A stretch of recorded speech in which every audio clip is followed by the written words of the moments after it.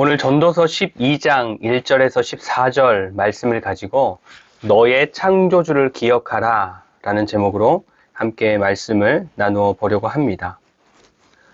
예수님께서 말씀하신 천국에 대한 비유 가운데 신랑을 맞으러 나간 10처녀에 대한 이야기가 있습니다. 이 10명의 처녀들 중에 5명은 여분의 기름을 준비해서 등을 들고 나갔고, 나머지 5명은 금방 오겠지라고 생각하면서 들고 나가는 등에만 기름을 가득 채워서 나간 것입니다. 그런데 시간이 지나면서 문제가 생기게 되죠. 어떤 문제입니까?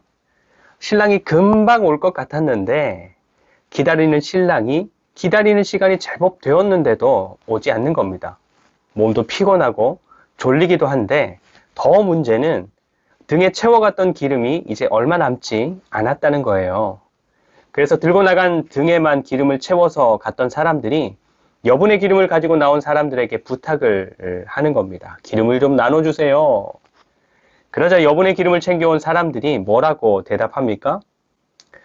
이것을 나눴으면 당신도 안 되고 우리도 안 되니까, 우리 쓰기에 부족하니까 차라리 빨리 다시 돌아가서 다른 기름을 가져오든지 기름을 파는 사람한테 가서 얼른 사오세요. 이렇게 이야기를 하는 겁니다.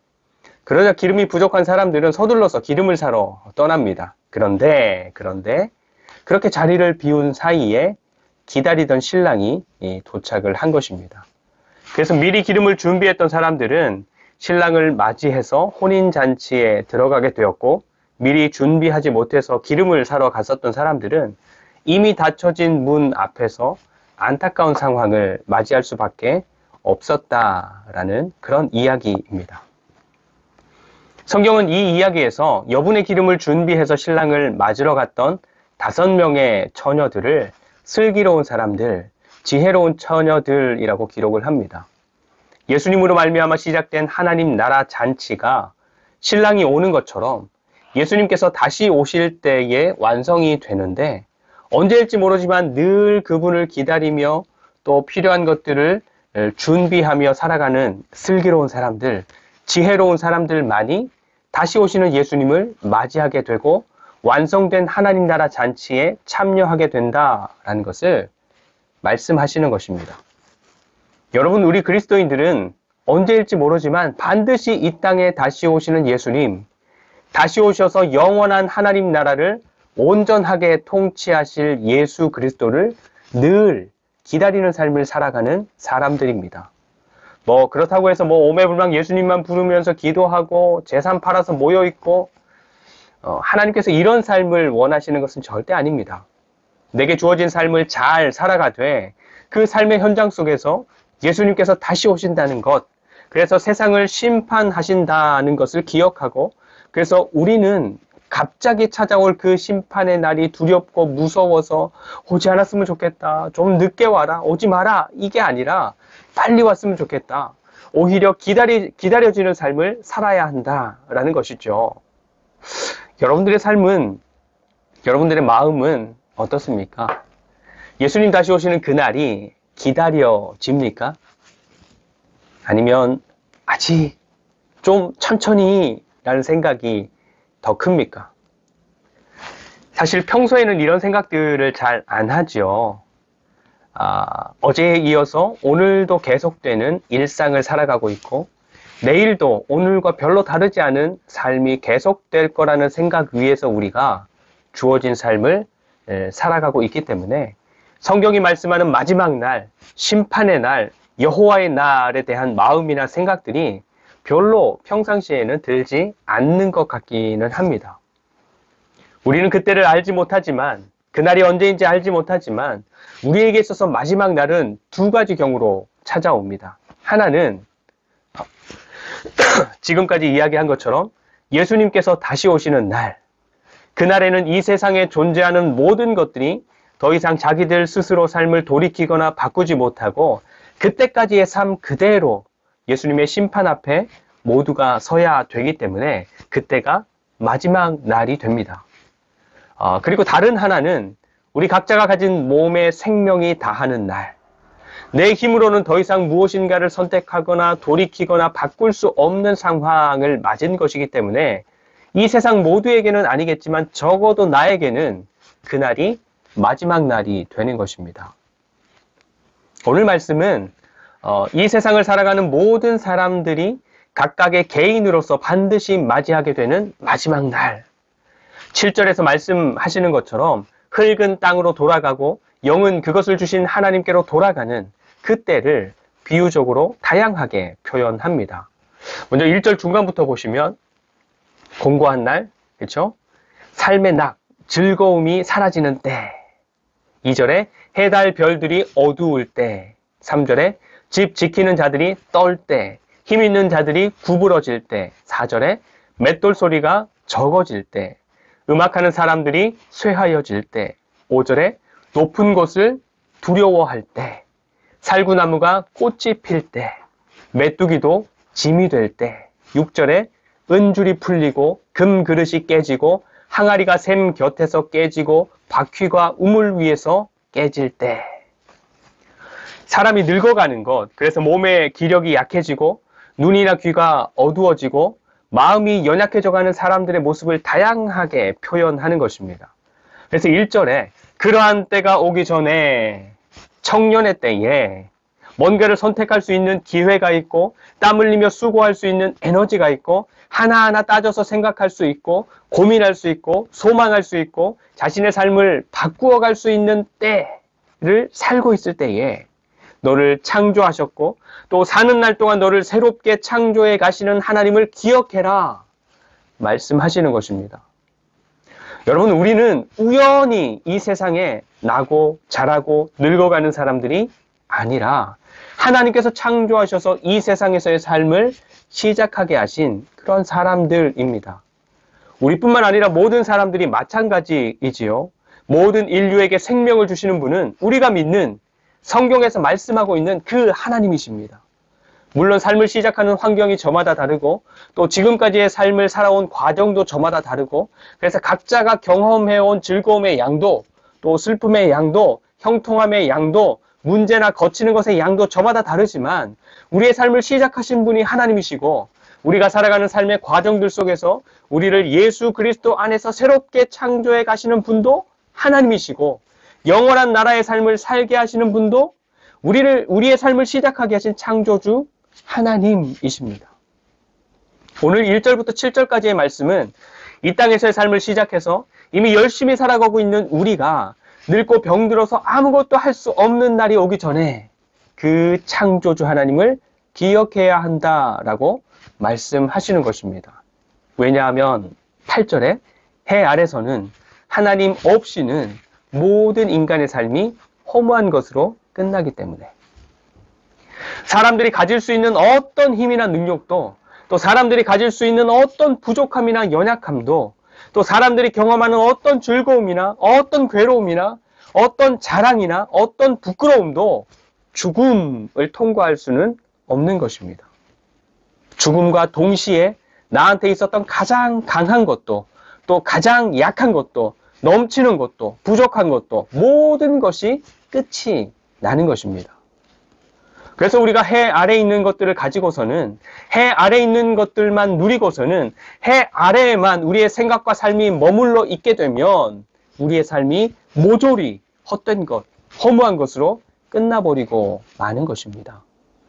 그래서 우리를 창조하신 하나님, 우리로 하여금 죽음, 이 세상의 모든 것을 허무하게 끝나게 만드는 죽음, 더 이상 나를 돌이킬 수 없고 더 이상 주어진 삶을 돌이킬 수 없는 죽음을 마주하기 전에 그것을 넘어서게 하시는 하나님을 기억해라 말씀하시는 것입니다. 하나님을 기억한다라는 것은 말 그대로 하나님을 그 마음에 품는 것, 하나님을 생각나게 하는 것, 그리고 좀 더 확장한다면 하나님을 즐거워하는 것, 기뻐하는 것 등등으로 설명할 수 있을 것 같습니다. 근데 오늘 본문 말씀 안에서 좀 찾아서 설명해 본다면 13절 말씀이에요. 13절. 일의 결국을 다 들었으니 하나님을 경외하고 그의 명령들을 지킬지어다. 이것이 모든 사람의 본분이니라. 우리가 하나님을 기억한다라는 것은 첫 번째로 우리에게 주어진 삶의 현장에서 혹은 주어진 일들 가운데에서 하나님을 경외하는 삶을 살아가는 것, 하나님을 두려워하고 존경하는 삶을 살아가는 것입니다. 우리는 하나님에 대해서 다른 무엇보다 하나님은 우리를 사랑하시는 분, 우리를 끝까지 포기하지 않으시는 분, 넓으신 분, 우리의 모든 것을 이해하시는 분, 친구, 뭐 이렇게 우리에게 좋은 하나님에 대해서만 많이 이야기하고 찬양하고 높이지만, 물론 그것도 100% 정답이지만 동시에 하나님은 우리 사람과는 그 존재부터가 다르신 분이십니다. 출애굽한 이스라엘 백성들이 시내 산에 찾아오셔서 자신들에게 당신이 누구신지, 또 그분의 백성들이 앞으로 어떻게 살아가기를 원하시는지 말씀하시는 그 하나님을 보게 됩니다. 신명기 5장 22절에서 27절 말씀인데요. 좀 길기는 하지만 제가 한번 읽어드릴게요. 5장 22절에서 27절. 여호와께서 이 모든 말씀을 산 위, 불 가운데, 구름 가운데, 흑암 가운데에서 큰 음성으로 너희 총회에 이르신 후에 더 말씀하지 아니하시고 그것을 두 돌판에 써서 내게 주셨느니라. 산이 불에 타며 캄캄한 가운데에서 나오는 그 소리를 너희가 듣고 너희 지파의 수령들과 장로들이 내게 나와 말하되 우리 하나님 여호와께서 그의 영광과 위엄을 우리에게 보이심에 불 가운데에서 나오는 음성을 우리가 들었고 하나님이 사람과 말씀하시되 그 사람이 생존하는 것을 오늘 우리가 보았나이다. 이제 우리가 죽을 까닭이 무엇이니까 이 큰 불이 우리를 삼킬 것이요 만일 우리가 우리 하나님 여호와의 음성을 다시 들으면 죽을 것이라. 육신을 가진 자로서 우리처럼 살아계시는 하나님의 음성이 불 가운데에서 바람을 듣고 생존한 자가 누구이니까. 당신은 가까이 나아가서 우리 하나님 여호와께서 하시는 말씀을 다 듣고 우리 하나님 여호와께서 당신에게 이르시는 것을 다 우리에게 전하소서. 우리가 듣고 행하겠나이다 하였느니라. 아멘. 이스라엘 백성들이 자신들에게 찾아오셔서 자기들을 향해서 말씀하시는 하나님을 자신들과는 존재 자체가 다른 분으로 이분은 우리가 어찌해 볼 수 있는 분이 아니라라는 것을 인정하는 것이고, 그래서 자기들은 그런 하나님 앞에 가까이 나아갈 수도 없고 그분 앞에 설 수조차 없는, 그분 앞에서는 우리는 정말로 아무것도 아닌 존재구나라는 것을 인정하고 받아들이면서 모세에게 당신이 대신 나가 주십시오 이렇게 부탁하는 것입니다. 그런데 하나님께서는 이런 백성들의 마음가짐과 백성들의 태도를 보면서 뭐라고 말씀하시냐면 바로 이어지는 말씀인데 5장 28절 29절 여호와께서 너희가 내게 말할 때에 너희가 말하는 소리를 들으신지라. 여호와께서 내게 이르시되 이 백성이 내게 말하는 그 말소리를 내가 들은즉 그 말이 다 옳도다. 다만 그들이 항상 이 같은 마음을 품어 나를 경외하며 내 모든 명령을 지켜 그들과 그 자손이 영원히 복 받기를 원하노라. 아멘. 백성들이 하나님을 향해서 가진 이런 마음가짐과 태도가 하나님을 경외하는 마음이다. 나를 경외하는 태도이다 라고 말씀하시는 것입니다. 여러분, 우리의 삶은 늘 언제나 어디서나 무엇을 할 때나 늘 하나님 앞에 있습니다. 우리 인간이라는 존재는 그분의 존재를 피해서 그분의 존재를 속이고서 무엇인가를 할 수 있지 않습니다. 그런데 우리 인간들은 삶의 현장에서 자주 그것을 놓칩니다. 뱀의 말을 듣고 선악을 알게 하는 나무의 열매를 먹었던 아담과 하와가 그랬습니다. 여리고성을 정복하고 온전하게 바쳐진 물건들 중에서 은과 외투와 금덩이를 감추었던 아간이 그랬습니다. 밧세바를 취했고 또 그 사실을 감추기 위해서 우리아를 죽는 자리까지 내몰았던 다윗이 그랬습니다. 예수님을 은 30에 팔아 넘겼던 유다가 그랬습니다. 우리의 모든 삶이 하나님 앞에 있는 것인데 아무도 모르게 감추면 괜찮겠지, 티 안 나게 숨기면 다시 되돌려 놓으면 괜찮겠지라는 마음을 가지고 그렇게 하는 것입니다. 여러분, 우리가 살아가는 삶의 현장에서 하나님의 존재를 놓치지 않는 것, 하나님의 존재를 놓치지 않는 것, 그것이 바로 하나님을 경외하는 삶의 시작입니다. 만약에 아담과 하와가 뱀의 말을 들으면서 선악을 알게 하는 나무의 열매를 보는 순간 그들과 함께 하시는 하나님의 존재를 그들이 놓치지 않았다면 그 열매를 먹었을까요? 여리고성을 정복하고 난 후에 아간이 아무도 모르게 은과 외투와 금덩이를 감추려고 하는 그 순간에 그의 모든 것을 보고 계시는 하나님의 존재를 놓치지 않았다면 그렇게 감출 수 있었을까요? 다윗이 밧세바를 취하려고 했을 때 하나님의 존재를 놓치지 않았다면, 유다가 예수님을 은 30에 팔려는 순간에 하나님의 존재를 놓치지 않았다면, 유다가 제자들 몰래 예수님을 팔아넘기고 다윗이 밧세바를 취하거나 우리아가 죽음에 이르도록 내몰 수 있었을까요? 오늘 전도서의 마지막 말씀에서도 그런 하나님을 말씀하십니다. 전도서 12장 14절인데요.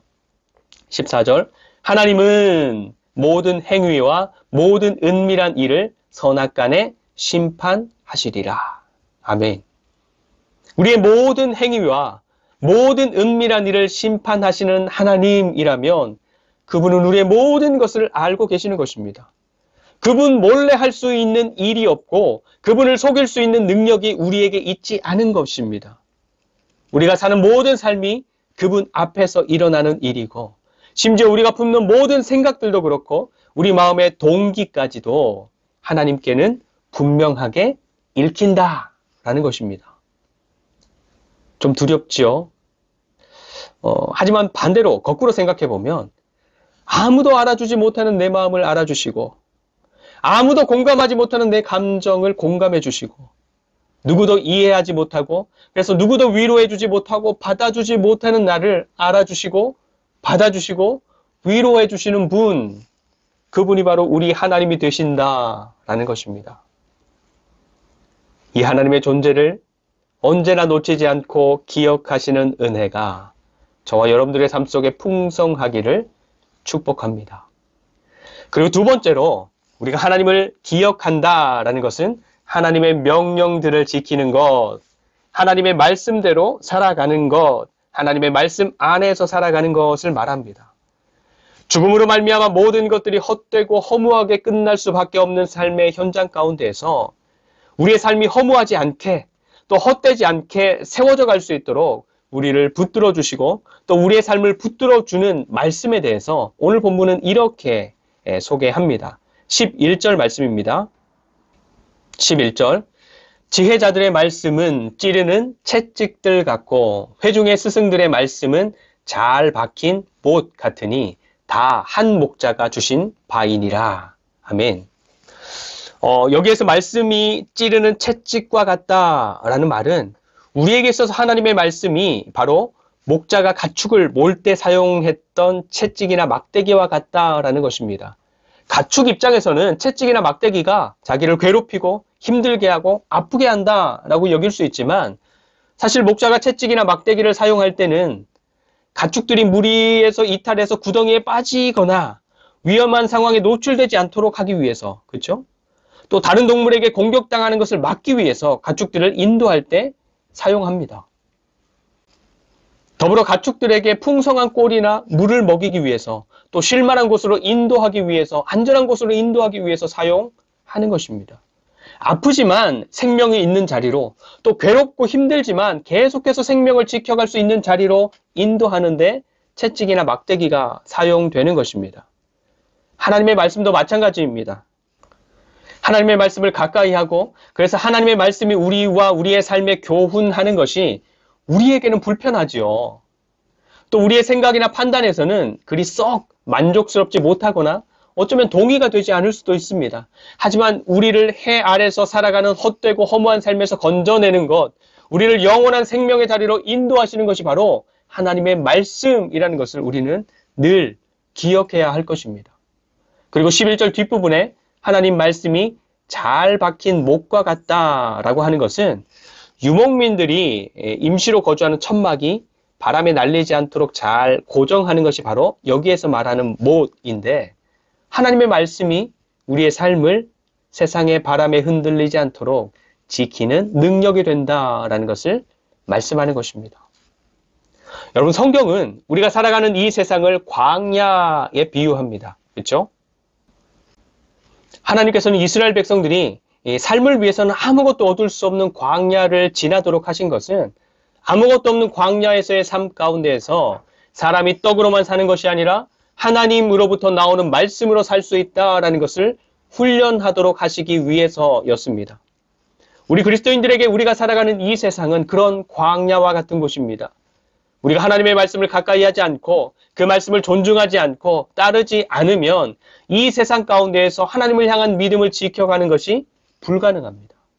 왜냐하면 우리는 하나님의 말씀을 통해서 우리에게 생명을 주시는 하나님을 발견하게 되고 그렇게 발견한 하나님을 더 알아가게 되는 것이고 또 말씀을 통해서 우리의 연약함을 깨닫고 인정하게 되고 그래서 하나님께 은혜를 구하게 되고 세상을 분별하는 지혜, 우리를 살리는 것과 죽이는 것을 분별하는 지혜를 얻게 되기 때문인 것입니다. 그리고 성경은 우리가 살아가는 이 세상을 가나안 땅으로 비유하기도 합니다. 광야와 달리 가나안 땅에는 모든 것이 풍족하지요. 마찬가지로 우리가 살아가는 세상도 모든 것이 풍족합니다. 먹을 것도, 입을 것도, 누릴 것도, 가질 것도, 우리를 자극하는 것들도 너무너무 많습니다.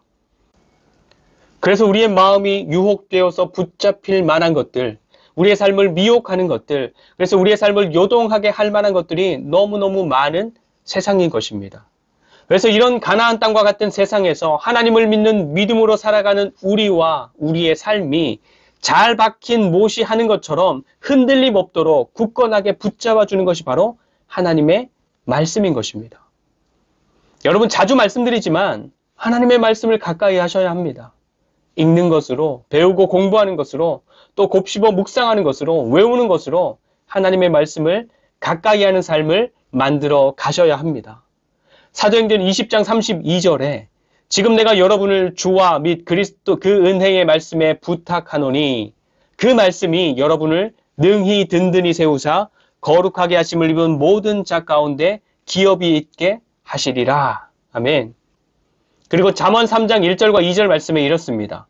내 아들아 나의 법을 잊어버리지 말고 내 마음으로 나의 명령을 지키라. 그리하면 그것이 네가 장수하여 많은 해를 누리게 하며 평강을 더하게 하리라. 아멘. 여러분 아직까지 우리는 많은 것들을 바꾸어 갈 수 있는 청년의 때를 살고 있습니다. 물론 인생이라는 게 한치 앞을 내다볼 수 없기 때문에 언제 우리에게 곤고한 날이 오고 어두운 날이 닥치고 흙으로 돌아가는 날이 찾아올지는 아무도 모릅니다. 그런데 아직은 청년의 때를 살고 있지 않습니까? 이런 청년의 때를 살고 있는 우리가 할 수 있는 최고의 선택이 바로 우리를 창조하시고 예수 그리스도 안에서 우리를 새롭게 창조해 가시는 우리 하나님을 기억하는 것이라 말씀하십니다. 그리고 창조주 하나님을 기억하는 것이 바로 하나님을 경외하는 것, 모든 일상에서 하나님의 존재를 놓치지 않는 것과 하나님의 명령들, 하나님의 말씀들을 지켜가는 삶을 살아내는 것이고 이러한 삶이 바로 하나님께서 모든 인생에게 부여하신 마땅한 책임이고 마땅한 삶의 모습이다 라는 것입니다. 오늘 대림절 네 번째 주일입니다. 하나님을 경외하며 소망하는 사람들이 가져야 하는 마땅한 삶의 모습을 기억하시면서 삶의 현장에서 내가 놓치고 있는 것이 무엇인지, 내가 무시하고 있는 것이 무엇인지, 또 내가 왜곡하고 있는 것이 무엇인지를 잘 깨닫는 은혜가 있기를 축복하고, 그래서 아직 청년의 때를 살고 있는 저와 여러분들의 삶이 신랑을 기다리는 신부에게 마땅히 요구되는 삶으로 변화되고 또 준비되고, 그래서 주님 다시 오실 그날을 기다리는 소망함이 깊이 누려지는 은혜가 가득한 삶이 되기를 간절히 축원드립니다. 기도하겠습니다. 하나님, 한치 앞을 알지 못하는 광야와 같은 세상, 또 수많은 유혹들과 미혹들이 가득한 가나안 땅과 같은 세상에서 하나님을 경외하며 창조주 하나님을 기억하는 삶이 무엇인지를 깨닫게 하시고 또 소망하게 하시니 감사합니다. 올 한 해도 다시 오실 주님을 소망하며 마무리하는 삶이 되게 하시고 함께하는 가운데 평안하고 함께 세워져 가는 가운데 더 든든함을 누리는 아름다운 교회가 되게 하여 주시옵소서. 추운 날씨 가운데에서도 강건하게 지켜주시고 무엇보다 사랑하는 자녀들의 영혼이 잘 되고 강건하여 하나님을 더 풍성하게 누리며 더불어 하나님께 기쁨이 되는 복된 삶을 살아가게 하여 주시옵소서. 새로운 한 해를 계획하고 기대하는 자들에게도 아름다운 소원들과 도전을 더하여 주시기를 원하오며 우리를 새롭게 하시는 예수 그리스도의 이름으로 간절히 축복하며 기도드립니다. 아멘.